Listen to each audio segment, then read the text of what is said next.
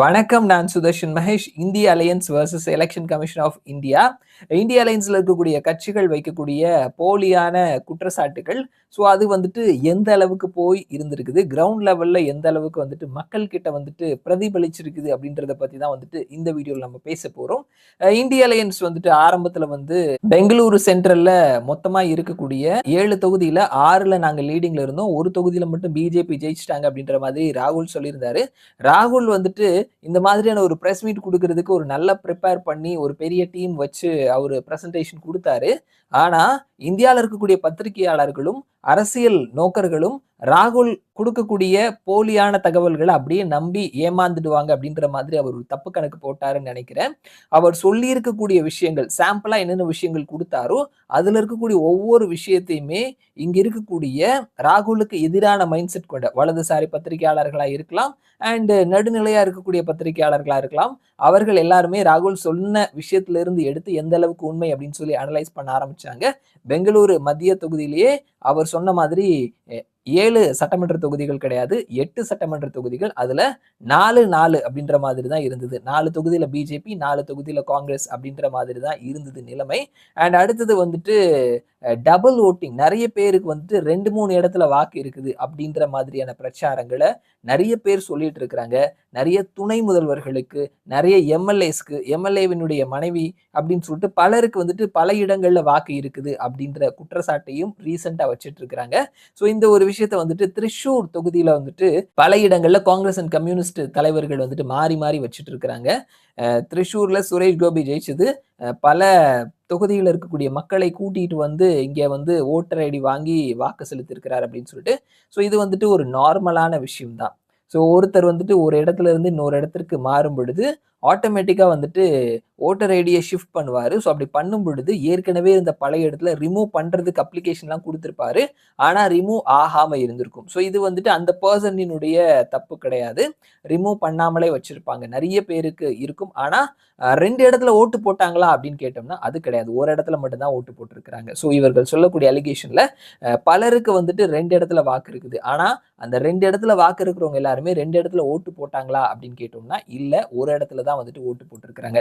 2 இடத்துல வந்துட்டு இந்த மாதிரி வாக்காளர்களினுடைய பட்டியல்களை சேர்க்கிறது, நீக்குறது இதெல்லாம் யாரு அப்படின்னு பார்த்தோம்னா, மாநில அரசாங்கங்களுக்கு கீழ இருக்கக்கூடிய வருவாய்த்துறையினுடைய அதிகாரிகள் தான் வந்துட்டு இந்த விஷயங்கள சேர்க்கிறது, நீக்கிறது இந்த மாதிரியான விஷயங்கள செய்யறது. அந்தந்த மாநில அரசாங்கத்துக்கு கீழ இருக்கக்கூடிய வருவாய்த்துறை அதிகாரிகள். அவர்கள் தான் இந்த வேலைய செஞ்சுட்டு இருக்கிறாங்க. இவர்கள் ப்ளேம் பண்ணணும் அப்படின்னா, அந்தந்த மாநில அரசாங்கங்களினுடைய அதிகாரிகள் மேல ப்ளேம் பண்ணணும். இது வந்துட்டு ஒரு குற்றச்சாட்டா இருக்குது.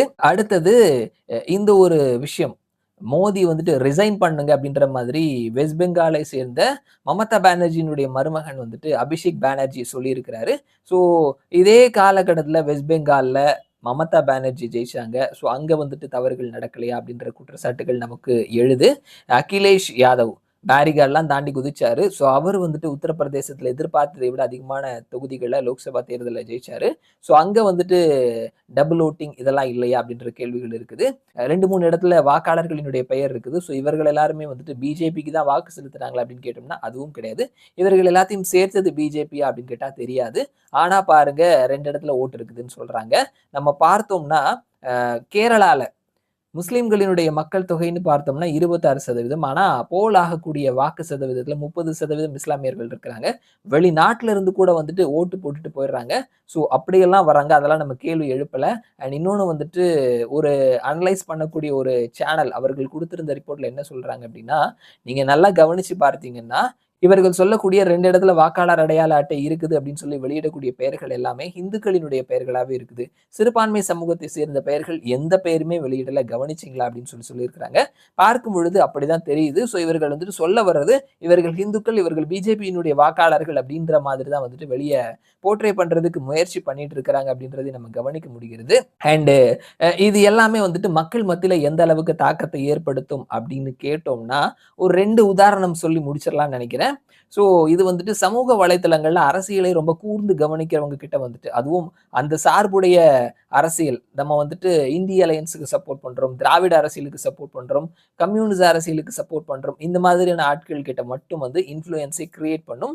அதற்கு அப்போஸ்டான அரசியலை ஃபாலோ பண்றவங்களுக்கு என்ன மேட்டர், ரியலான விஷயம் என்ன அப்படின்றது தெரிய வந்துரும்.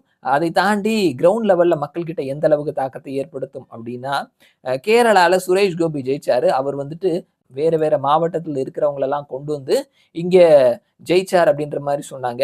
அவரை எதிர்த்து நின்ன கம்யூனிஸ்ட் கட்சியை சேர்ந்த முன்னாள் அமைச்சர் சுனில்குமார் அவருடைய சொந்த பஞ்சாயத்துல, சொந்த பூத்லயே வந்துட்டு சுரேஷ் கோபிய விட கம்மியான வாக்கு தான் வாங்கியிருந்தாரு. ஸோ அப்போ வந்துட்டு ஒரு கம்யூனிஸ்ட் கட்சியினுடைய தலைவர், அவர் வந்துட்டு ஒரு ஜர்னலிஸ்ட் கிட்ட சொல்றாரு, இந்த மாதிரி என்னுடைய மனைவிக்கு 2 இடத்துல வாக்கு இருந்தது. நாங்க இருக்கிற இடத்துல 1, இன்னொன்னு திரிசூர் தொகுதிக்கு உட்பட்ட இடத்துல. ஸோ அவங்க வந்துட்டு நான் எங்க அம்மா வீட்ல திரிசூர்லயே போய் ஓட்டு போட்டுறேன். நான் கம்யூனிஸ்ட்டுக்கு தான், சுனில்குமாருக்கு தான் ஓட்டு போடுவேன் அப்படின்னு சொல்லிட்டு போனாங்க. போயிட்டு வந்ததுக்கு அப்புறம் அவங்க சொன்னாங்க, நான் வந்து சுரேஷ் கோபிக்கு ஓட்டு போட்டேன் அப்படின்னு சொல்லிட்டு.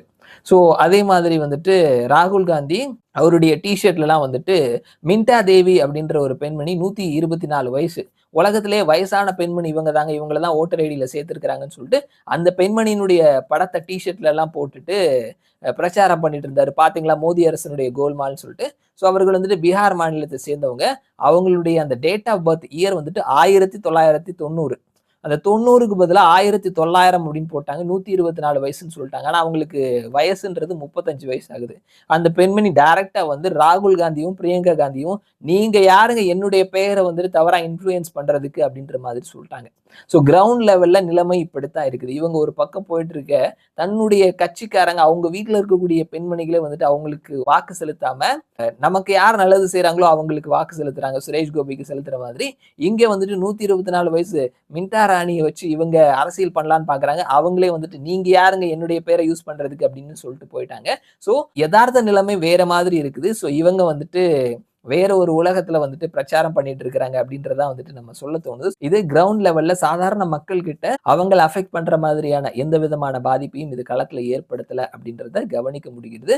ஸோ இண்டி அலையன்ஸ் கள யதார்த்தத்தை புரிஞ்சுக்கிட்டு நம்மளுடைய கட்சியும் நம்மளுடைய வாக்கு வங்கியவும் உயர்த்துவதற்கு என்ன வழி அப்படின்றத யோசிச்சாங்கன்னா ஜெயிக்கிறதுக்கான வாய்ப்பு இருக்குது. இல்ல அப்படின்னா இதே மாதிரி மக்களை தவறா வழி நடத்துறதா நினைச்சுக்கிட்டு தாங்கள் மீண்டும் மீண்டும் பல்பு வாங்கிட்டு இருக்க வேண்டியதான். பார்க்கலாம் என்ன நடக்குது அப்படின்னு சொல்லிட்டு மறுபடியும் நான் உங்களை இன்னொரு வீடியோல சந்திக்கிறேன். அது வரைக்கும் நன்றி.